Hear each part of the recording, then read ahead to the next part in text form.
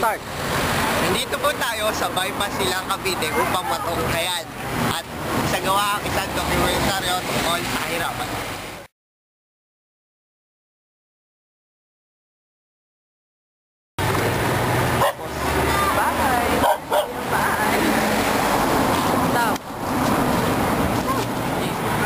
So, ang una pong tanong namin, yung pangalan ko, Rinaldo, Badaran, ilang taon na po kayo? 59. Sa ano pa? Sa October 7. Sa October 17. Ilan po yung mga anak? Ilan po anak? Labing isa. Labing isa po ang anak niyo? Labing isa po. Lahat yung po labing isa ay naandito sa bahay lahat?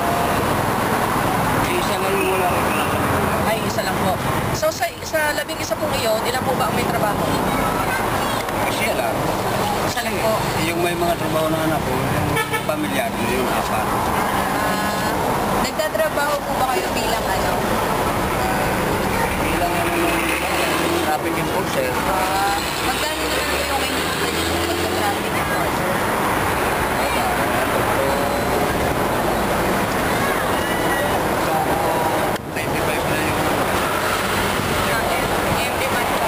Every month lang kayo? Ate Senas. Nung nasa inyo pa po yung mga anak niyo, paano niyo po pinagkakasya yung pera? Kulang kung wala. Nakakatulong din naman yung misis ko. Pero kung ako lang, sa akin na lang, ito lang. Ano po ba ang trabaho ng misis? Magkano po kinikita niya sa isang araw sa paglalabada? Minsan, 300. Ilan taon po ba yung pinakabata ng anak? 9 years old. So, mga 50 years old si Kuya, no? Nung huling pinanganak si ano. Yung sa labing isang anak niyo po, lahat po ba sila nakakapag-aral? Hindi lang. Isa lang nakatapos ng high school. Sabi nila ngayon ang lalaga namin. Siya lang po nakatapos. So, ano pong dahilan siguro kung bakit hindi nakatapos na rin? Sa pera pa rin. Sa pahirapan pa rin ito.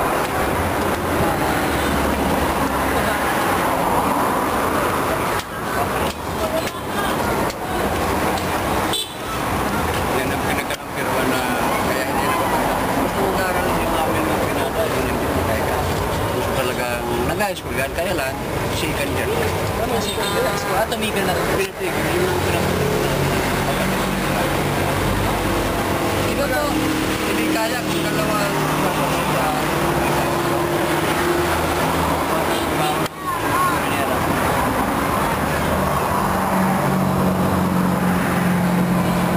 So, nakita natin doon.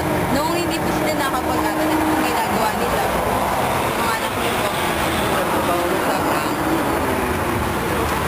katapat ng kanila. Maski mahirap, ayun lang kanila. Tapos na po pwede silang trabaho ng magaan. Nagsisyagat. Nagpapalag po. Nangangapyat.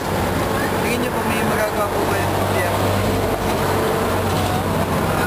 Sa estado po, nung pamumuhay ninyo ngayon, may magagawa mo ba kayo pera? Yan ang hindi ko alam. May magagawa sila. Kasi pagdating ng halalan, wala naman sinabi ng gobyerno na hindi kayang gawin. Kaya lang, pag nandiyan na, paglapit mo, parang hindi nagagawa. Ganun, sirado. Wala dyan. Hanggang sa pangako lang. Talagang gano'n naman, maski naman sino nandyan sa... Matagal lang natin. Kung may pagkakataon po kayo kung makausap yung mga nasa posisyon, ano po gusto niyo po na sabihin sa kanila? Kung sakali. Kung sakali, makaharap niyo po, makaharap mo sila nila. Makaharap niyo sila. Yan, yung Pangulo natin, yung mga senador. So, ano po bang gusto niyo sabihin sa kanila? Ano lang sasabihin ko yung iano ko sa kanila, yung palagi, ano, karaingan, yung kahirapan. number one na sasabi ko. Okay, so, Hindi ko na kailangan sabihin pa tungkol sa trabaho ko na makinakita. Ay baka sabihin nila, bakit magkakaroon ka yan lang naman katapat ng kinapos mo. so balik po tayo dun sa sinusweldo nyo, no? So, 2.9 sa kinsenas? 2.95. 2.495. So, kung sa isang buwan, yun ay 4,900. Tama? 4,900 something. More or less. So, ang ginagastos nyo po ba sa isang buwan? Mas mataas sa sinusweldo nyo o mas mababa? Mas mataas. Ay, ito na lang na sabihin ko sa inyo. Hindi yung aking... Hindi ako pwede magsinungaling sa inyo. Bibili ako ng isang kaban ng bigas. Walang 15 days. Saan nyo pa po ba ibang hinahati yung perang kinikita nyo? Maliban sa bigas, Maliban sa pagkain. whatsoever. Nagkakaroon pa ba kayo ng pagkakataon na mag-shopping? Na makabili pa ba ng mga bagong damit? Ng mga lumo or whatsoever? Yan. Wala na po talaga. So, sa pagkain lang po talaga napupunta yun. Sa ulam, bigas. Okay. So, kung sa pagkain, Yung elementary namin eh. so, ito po, since sa pagkain lahat na ilalaan, no, tsaka sa baon. So, ibig sabihin, kumakain po kayo ng 3 beses sa isang araw. Oo naman. Nakamerienda Ayun, so, pa maigi po naman, ba? ano? Nakamerienda. Wala nang Wala nang merienda, merienda. hindi na uso. Ako nga nagtatrabaho. Hindi na kami nagkape ako at saka bahay na Ilan? Nakikita si Maurice. wala namin sinauli yung Wala na po Gawa ng yung walang baon na merienda. pera. Wala nang merienda. Bilan? Wala ka naman baon pera. So, lahat po ng pera ninyo talaga ay sa pamilya na. Talaga. Iiwan niya na talaga doon, ano? Ikaw, boy. Tatago ka nga ng isang daan. Pag kinulang ka naman ng budget mo, Ilang. kukunin. Ibibili ng 2 kilong bigas. Ano po bang trabaho ng panganay niyong anak?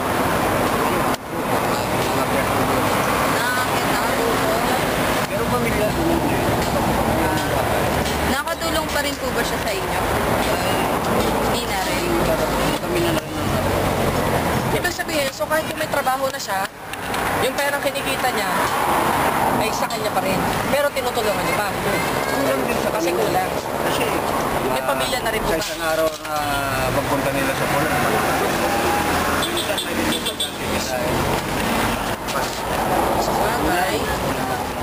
Kasi mahirap na yung talagang, kaya sinasabi namin sa mga anak namin, magsikap kayo magsipag-aral. At pag meron kayo tinapos, makakatrabaho kayo, maski pa paano. Oo. Ay kung wala kayo pinag-aralan, magkalkal kayo ng basura, o kaya magkukay ng balon para kayo kumita, ay patay naman katawan nyo. So, ibig sabihin, no, ang sa kabila ng buhay na ganito, no, na hindi naman sinasabi namin mayaman, hindi talaga, no, ay edukasyon po talaga ang pinakamahalaga. No? So, ano naman po masasabi nyo? Kasi sinasabi natin na edukasyon ang pinakamahalaga. So, kung inyo napapanood, may issue tayo ngayon sa edukasyon. Di ba? Yung pinuputulan na ng budget. So, paano ho yun? Anong masasabi nyo ron? Ito ng budget. Yung budget ng education, binabawasan na ho ngayon. Ano hong masasabi nyo doon? Yan ang hindi ko maano kasi hindi natin masabi yung mga matatalino talaga. Nagawa sila ng paraan. Halimbawa, maski man gustong hindi talaga importante, dapat putulan. Pero nagawa yung matatalino ng paraan para maputulan. Okay. So, huling tanong na po natin. Huling tanong na po, no? So, since ngayon magpapasko po, no? Ano po ang nais ninyong hilingin sa gobyerno na Kung ibigay sakali. sa inyo? Kung sakali po. No? Sa gobyerno. Bilang Unang nahiling ko panapos. sa gobyerno, nagme-Merry Christmas na lang ako. Kung may abot, pag wala, ay talagang ganun lang naman. Ang Pasko eh. Ano? Pag medyo maluwag sa kalooban niya, mag-abot. Okay, maraming salamat. So, Yan po. maraming salamat po, no, sa oras na ibinigay ninyo para sa panayam na ito. Maraming salamat po. Maraming salamat din. Opo. Huwag niyo kalimutan, si Badaran ako. Opo, opo. So, makikita naman po natin kayo doon sa sana doon, ano? Nilingkod ako ng bayan maski pa paano kita. Kahirap na makatulong sa mga tao, sa mga sasakyan na hindi ko naman sabihin na lahat mga sport ng mga driver, mayroon talagang mga driver na ano. Kaya doon. Ngayon ay napatunayan namin na lumalala na talaga ang kahirapan dito sa atin. Pero sa kabila ng kahirapan, iniisip pa rin nila ang edukasyon upang mapaganda ang kinabukasan ng kanilang pamilya.